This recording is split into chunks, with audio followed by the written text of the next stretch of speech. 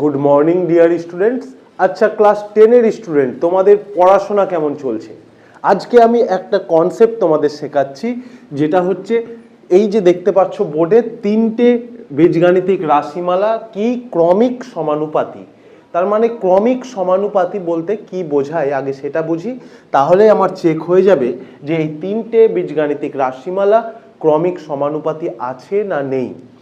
তো এখানে দেখো এই যে তিনটে রাশিমালা দেওয়া আছে, ক্রমিক সমানুপাতি বলতে কি বোঝাচ্ছে, প্রথম দুটোর তোমাকে অনুপাত বের করতে হবে, অর্থাৎ X cube Y is to X square Y square, এবং প্রথম দুটোর অনুপাত বের করলে এবং দ্বিতীয় আর তৃতীয়টার অনুপাত বের করতে হবে।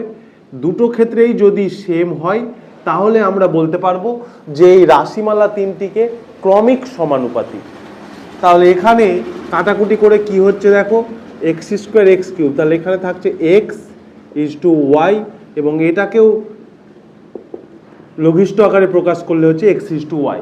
যেহেতু দুটো প্রথম দুটোর অনুপাত এবং পরের দুটোর অনুপাত সেম হচ্ছে, তাই এই সংখ্যা তিনটিকে বলতে পারবো আমরা ক্রমিক সমানুপাতি। এই ক্রমিক সমানুপাতি বের করার আরেকটা প্রসেস আছে।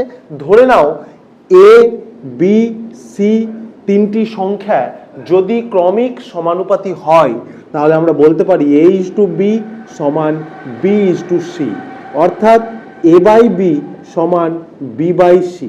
এই যে কোনাকুনি আমরা গুণ করব, তাহলে B square is equal to AC. তাহলে ব্যাপারটা কি দাঁড়ালো দেখো তো, বিটা হচ্ছে মধ্যপদ, অর্থাৎ মধ্যপদের বর্গ সমান হবে কার সাথে, প্রথম পদ এবং তৃতীয় পদের গুণফলের সাথে সমান হবে।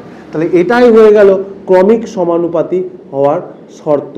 এটাকে তুমি তাহলে আর একভাবে করতে পারো, এই যে তিনটের সংখ্যা দেওয়া আছে এখানে মধ্যপদের বর্গ বের করো এবং প্রথম আর তৃতীয় পদের গুণফল বের করো। যদি দুটোই সমান হয় তাহলে সেই সংখ্যা তিনটিকে আমরা বলবো ক্রমিক সমানুপাতি।